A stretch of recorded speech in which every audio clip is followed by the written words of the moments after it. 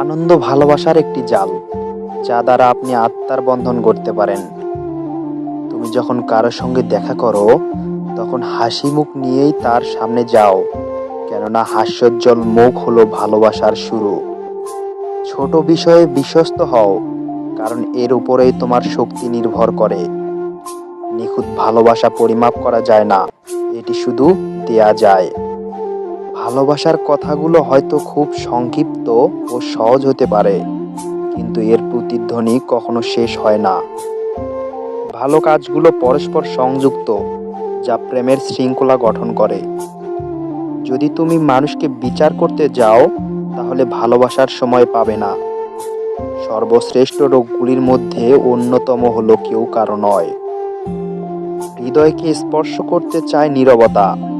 কলরবের আড়ালে নীরবেই পৌঁছাতে হয় আর্তের কাছে।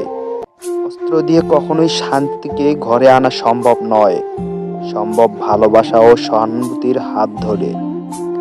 আনন্দই প্রার্থনা, আনন্দই শক্তি, আনন্দই ভালোবাসা।